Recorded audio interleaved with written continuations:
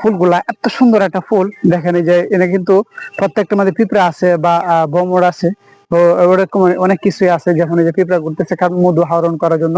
ওইদিকে দেখেন যে কত সুন্দর একটা জায়গা, মানে এই যে দেখেন প্রজাপতি উঠতেছে তার মধু আহরণের জন্য বা তার খাবারে আবারের জন্য।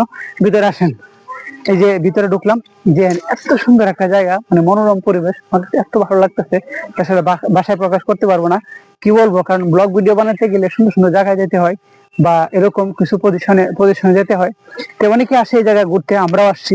দেখেন ফুলগুলা কত সুন্দর, ভালো লাগা, কারণ এই যে একটা ফুলটা এতটা সুন্দর, আমার কাছে খুব ভালো লাগছে, যে একবারে লাল হয়ে আছে, আর পানি হালকা যদি যদি বৃষ্টি পড়তেছে, বা কি বলবো, বলার কিছু নাই, কারণ এখানে সবাই আসে ভিডিও করার জন্য, কারণ যেহেতু একটা সুন্দর প্লেস, সুন্দর একটা জায়গা, আমরাও আসলাম ভিডিও করার জন্য। তো ভিডিওটা যদি ভালো লাগে অবশ্যই শেয়ার করে দিবেন, কারণ প্রকৃতি সবসময় সুন্দর, প্রকৃতি সবসময় মানুষের জন্যই, কারণ এটা মানুষ তৈরি করে রাখছে, ওইটাও উপরওয়ালার সৃষ্টি, কারণ এত সৃষ্টি এত সুন্দর, এত মুহূর্ত আসলে ভাষায় প্রকাশ করা যাবে না।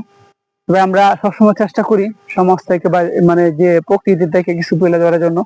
প্রকৃতি সবসময় মানুষের উপকারে আসে, যদি মানুষ সেটা বোঝে, যদি না বোঝে আসলে কিছু করার নাই, কারণ প্রকৃতি সুন্দর অপরূপ লীলাভূমি, এটা মানুষের জন্যই তৈরি।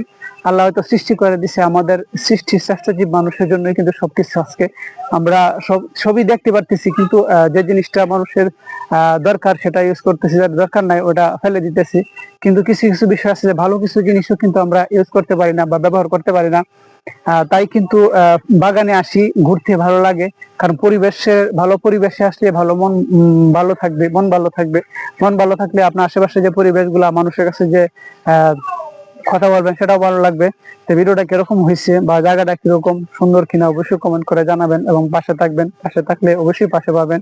আর সবার জন্য শুভকামনা থাকবে, কারণ দীর্ঘক্ষণ এতক্ষণ কথা বলেছি, কারণ একটা লং ভিডিও করতে গেলে, কারণ অনেকে সময় থাকে না লং ভিডিও দেখার জন্য, তাই শর্ট শর্ট ভিডিও বানানোর চেষ্টা করি।